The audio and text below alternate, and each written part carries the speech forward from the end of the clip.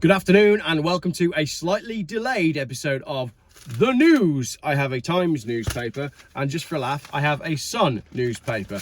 Now, this would have been out earlier today, but instead I did a 1.5 hour live broadcast with my buddy Josh and it was great fun. You should go and watch it and it explains this watch, actually. Anyway, today we're eating snake. We're all off work sick. We're all extremists. Concorde is going somewhere and there's a few other bits and bobs that we're going to dive into in the news. So let's start with the Times. This is Friday the 15th of March. 20,000 people. Let's start with a good story, shall we? We'll do that one next. Concorde.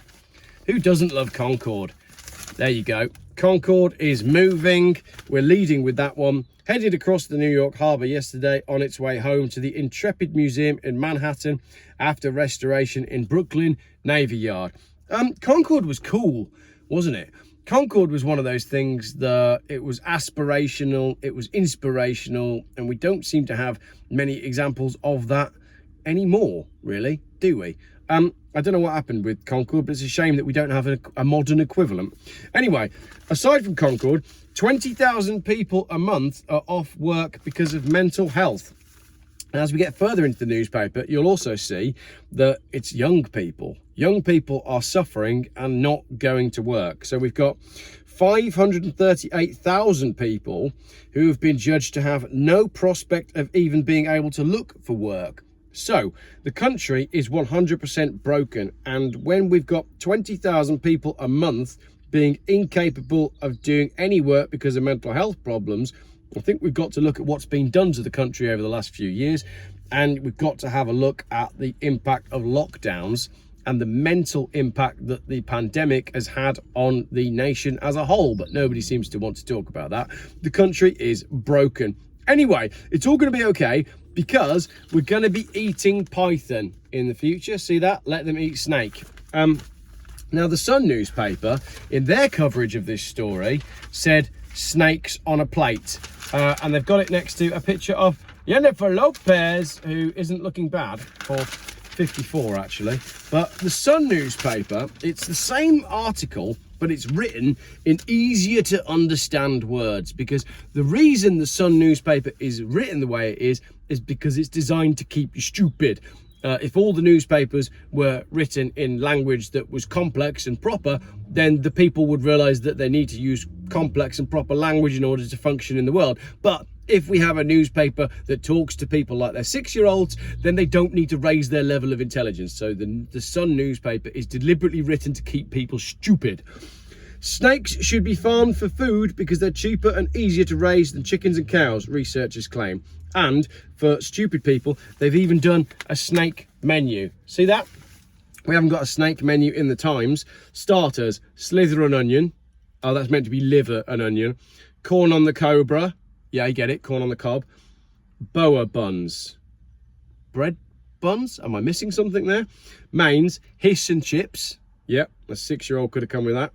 Could have come with that. No, that would be weird. That's cannibalism. My 6-year-old could have come up with that. He's actually 7, so I've got the age wrong anyway. Shepherd's python. Right, I'm going to stop there because that's the only one that's worth reading. None of the others are. So that's the Sun newspaper's coverage. But basically, a python is better for the environment than a chicken because there's more protein and they take less long to become food ready. When a year old, a python can be 4 meters long, and they can pile on 45 grams of body weight a day. Also, don't they eat pests? So we could get the python and we could feed them rats and mice, and then we could eat the python. That seems to make a lot of sense to me. I'm okay with that. If it tastes like chicken, then that's all right. I do notice that they're starting to talk about this as like a climate thing. I'd much rather eat python that tastes like chicken than eat crickets and eat bugs like what Klaus Schwab wants us to do. Michael Gove names Muslim and far-right groups that could face a ban. Not going to spend too much time on this because there's other YouTube channels that are doing a lot of stuff about, oh, the sun's coming out. Crikey, that's a huge cloud. It's blue over there, though, with wispy bits and lines. Anyway, we're all extremists these days, and my concern is that they're going to introduce all of these new extremism rules and legislations, and then actually what it's going to do is it's just going to impact people that are saying stuff on the internet, and it's not actually going to stop the grooming gangs in Rochdale, which it should do, which isn't in Rochford. They are two completely different places. The boiler tax. The boiler tax has been delayed after a price warning. A scheme to force boiler manufacturers to sell more heat pumps has been delayed in a blow for a key net zero policy. The clean heat market mechanism had been due to start next month. It would have required boiler makers to ensure 4% of their sales this year were heat pumps or face fines. Manufacturers had said they would pass the cost of the fines on to consumers and described the scheme as a boiler tax. Yet another item of the green agenda that just isn't working. Nobody wants heat pumps because there's nothing wrong with boilers. In fact, my dear mum had her boiler serviced the other day, and she'd never had it done in the house that she moved into. Bearing in mind she moved there, 15 years ago? And there's nothing wrong with the boiler. It just works. So, yeah, the heat pump boiler thing is very interesting. UK's biggest boiler maker, Worcester Bosch, they're based not far from me, told customers that it would add £120 to the price of each boiler delivered from January this year. The delay calls into question whether the government will succeed in its ambition to deliver 600,000 heat pump installations by the year 2028. Gas boilers are the main reason why home heating accounts for 18% of UK greenhouse gas emissions. Real people who pay bills and have to raise money and stuff, they don't care about greenhouse gas emissions. They just care about heating their house. This is the thing, like climate change and caring for the environment, it is really a luxury for the rich, isn't it? Because if you're on the lower end of the income scale, you really don't care. You're just bothered about what's on the table and how warm your house is. So they're totally misjudged with all of this.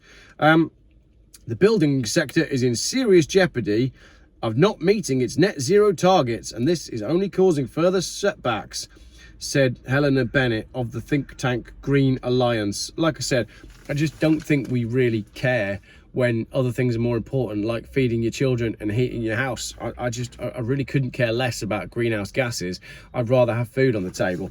Anyway, behind the story, so we're going back to the 20,000 people who are out of work because of mental health. Listen to this.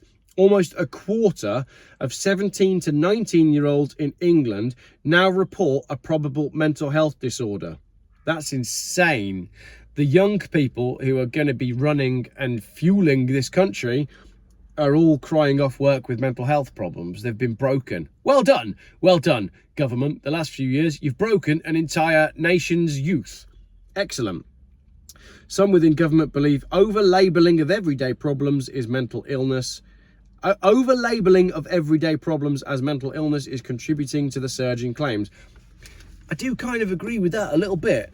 Like, if someone's feeling really down and you give them a label, then you could, like, discount the fact that actually they're just miserable because of the world that they're in. Oh, you're just suffering with depression. Not the fact that the world you're living in is crap and the country that you're living in is crap. Anyway, speaking of getting yourself out of the doldrums and earning loads of money, his dream was dead, so the young star teamed up with the cartels. This is a really interesting story, actually. This is a story of Jamie Cassidy, who used to play football with the likes of Michael Owen and Jamie Carragher, but he ended up working for a drugs cartel. He got a knee injury at 29, so retired from football. And then him and his brother ended up running a sort of drugs empire, and they're bringing in millions of pounds of drugs from South America. They're on trial at the moment. In one transaction in April 2020, Jonathan bought 162 kilos of cocaine. The gang would pay £28,000 per kilo and sell it for £37,000 a kilo in Britain, banking a profit of a fraction under 1.5 million. Not bad. Pretty good going, that. So there you go. Plenty of money in drug dealing, but dangerous work if you can get it. But if you're a failed footballer, I guess that's a sort of an ongoing story. So that's a really interesting one. Then, over on the page here, we're going back to, do you remember that story last time I did the news about the baby in the little bag and it was all a bit weird? She's now saying that the family were embarrassed of my children. So a woman on trial over her baby's death has accused her land-owning family of colluding with social workers to remove her children because of embarrassment that they were not from an upper-class privileged background. That trial is continuing, and it's getting weirder and weirder by the minute. Other weird stuff, Meghan, is she a Princess Meghan or is she just Meghan now? The Duchess of Sussex, she's making marmalade and she's launched a new, I don't care. Radical imam hosting primary pupils and working with the Met. A radical Muslim preacher whose activities were a catalyst for the government's latest extremism crackdown is still active in his local mosque, where he hosts discussion with local primary schools. Excellent. So that's good. Start them young. I don't really want to go any further into that Michael Gove thing, because I just know that all these new extremism laws are going to come back and bite YouTube creators on the butt. Not unlike a python. An early warning system to stop the US-style opioid crisis. Excuse me. Corona. Britain is developing an early warning system to spot synthetic opioids and other emerging drugs to prevent a US-style fentanyl crisis. Interesting. I don't want to spend too much time on this, but wasn't the US-style fentanyl crisis essentially created by the pharmaceutical companies that created the opioid crisis legally? I think you'll find that that's where it all started. So really, it's the pharmaceutical companies that are the problem. Russia jammed an RAF aircraft signal, apparently. Oh, I don't know. You never know whether you... How do you know what to believe when it comes to Russia? Did they really do it? Or are they just trying to stoke up more hatred for Russia? Let's have a quick look. Russia is believed to have jammed the satellite signal on an RAF aircraft that Grant Shapps was flying in on his way back from Poland. Really? Well, why would they do that, honestly? That's just like messing around for the sake of messing around. I just don't really feel like there's any real motive for Russia to mess with us like that. But no doubt I'll get corrected in the comments. The killer has been named after a Times challenge. A teenage predator who hunted down and stabbed to death a 16-year-old boy as he left school can be named. He was called Maigalor Yamboya, and he was from East London. So East London and all of London continues being a third world channel. Thank you very much. Sadiq Khan, done a great job there. Does my bum look big in this? Marks and Spencer is launching its own take on the latest fashion, bum enhancing shorts. How do you feel about bum enhancing shorts? They keep popping up in my Instagram feed for people to buy them and wear them at the gym. I'm not really sure. But then you get into like, are you a bum guy or a boobs guy? I just don't want to go there. Do not want to go there. Then we've got some stuff about Angela Rayner, who's done something with a council house. She had a council house and she did live in it, and then she didn't live in it, and then she sold it and she didn't pay enough money on it, and everybody's angry. Don't know much about this one. Angela Rayner, is she a goodie or a baddie? She's probably a goodie, and that's why the newspapers are going for her, but who knows.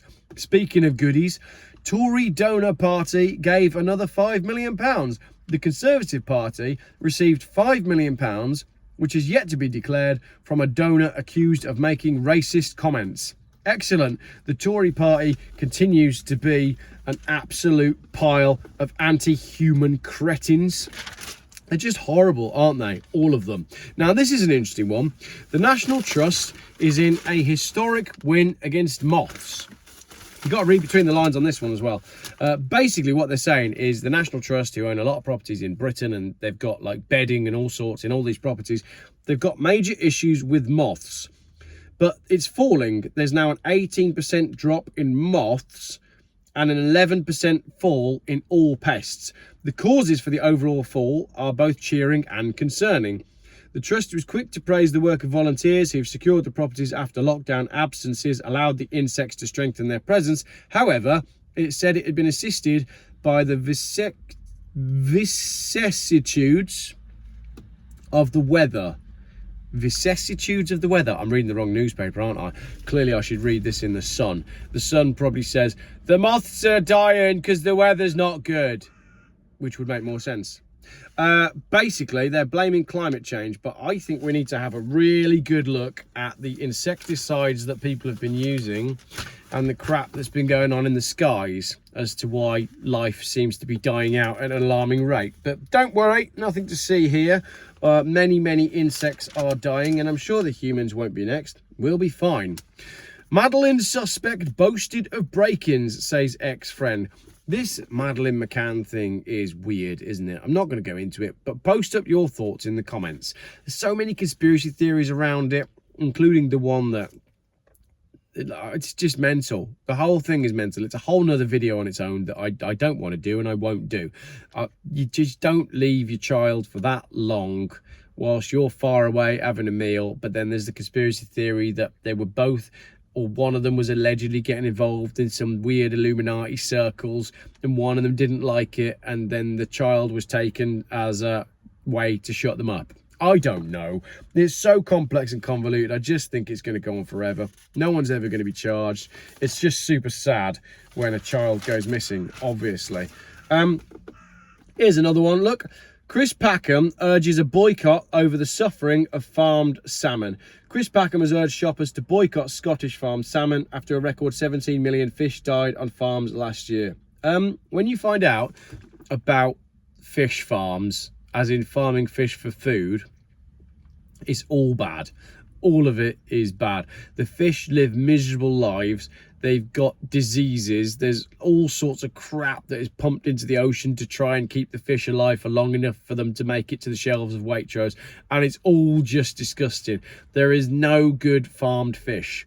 Correct me in the comments if you think that I'm wrong. But yeah, it's none of it is good. None of it is good. There's some great documentaries on internet streaming services about the fish industry.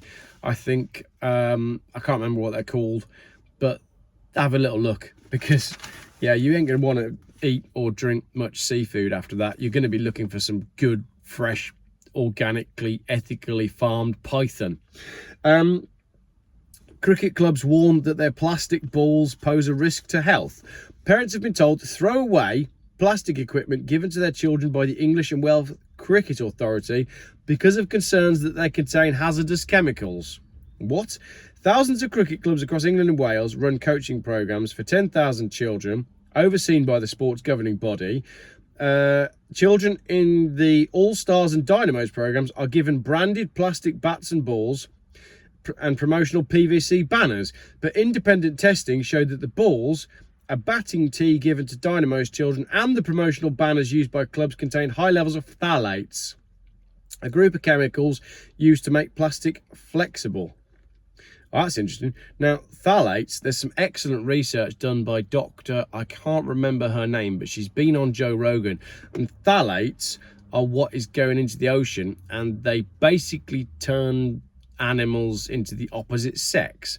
Now, if you have a lot of phthalates that are, what are they? Byproducts of the, well, they're plastics, aren't they?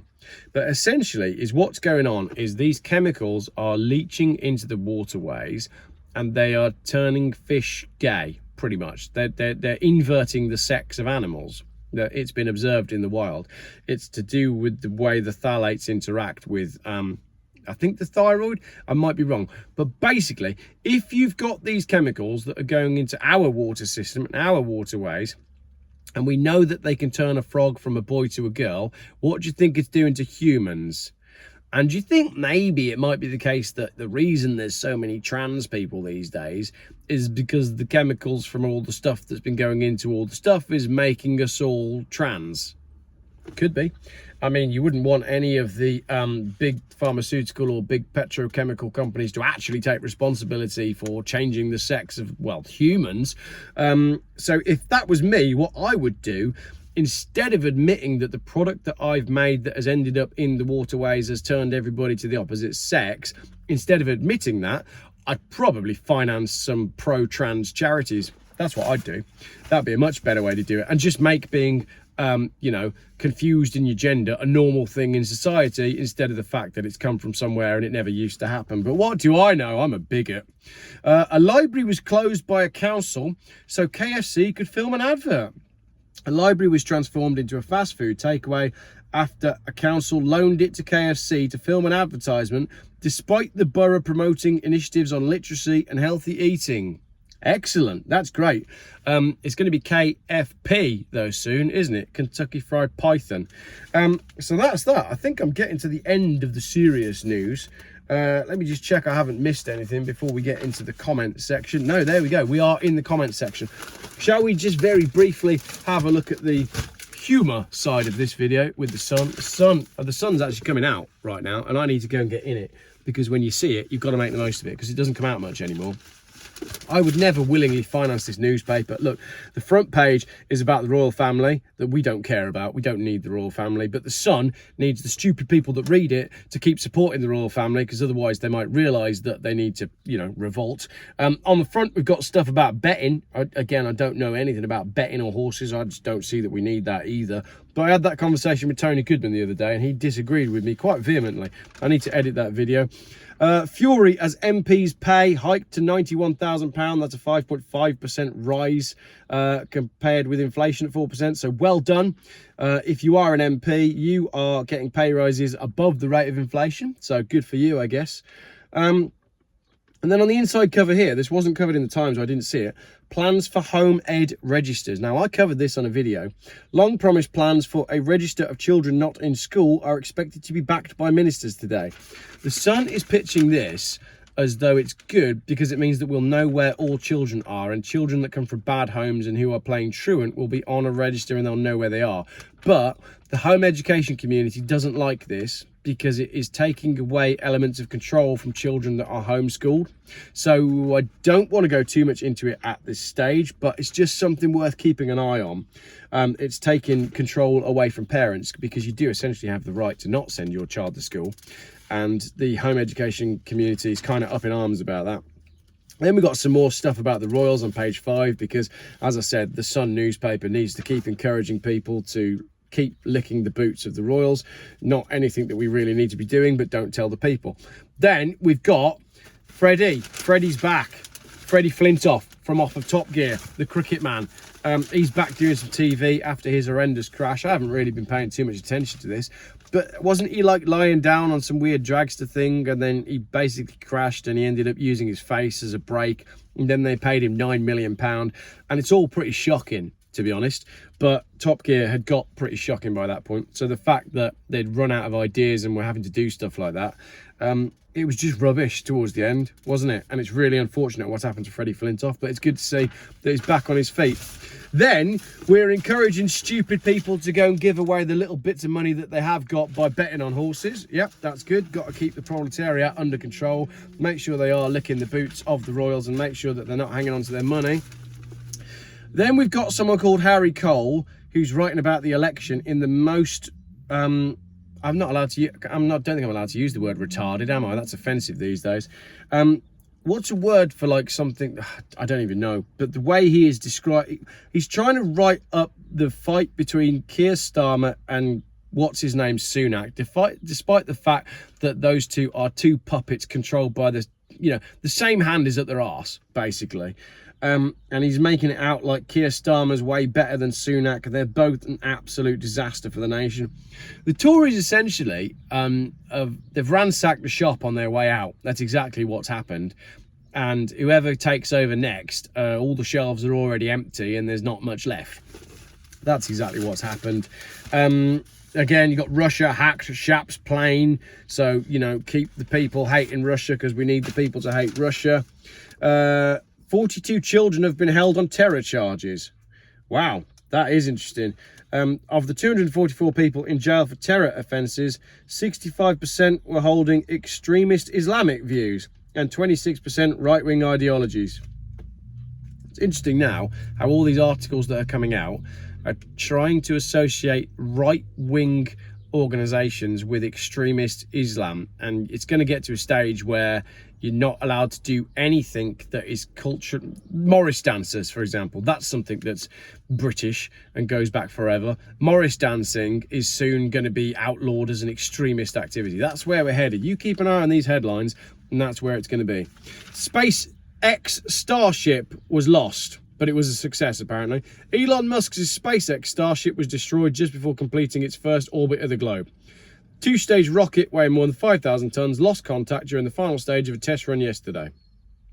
What? Its 50-minute trip from the launch pad in Texas ended as it re-entered the atmosphere. Why can't Elon Musk, right, who's got all the money, he's made all the Teslas, he's got all the investors, and he knows everybody who's important in industry and business and science, and he in 2024 can't even get a two-stage rocket weighing more than 5,000 tons to go from its launch pad to Texas and then come back safely.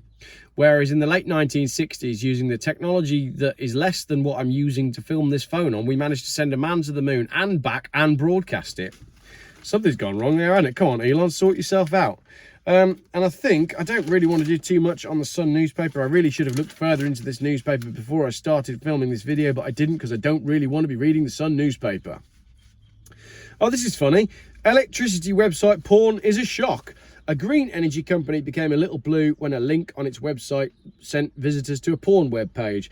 Basically, the company was taken over by someone else, and then when you clicked on the terms and conditions, instead of it being their terms and conditions, it was just, well, someone else stilettos, I think. So, I mean, if ever there was a story about a disgruntled employee, then that would be it.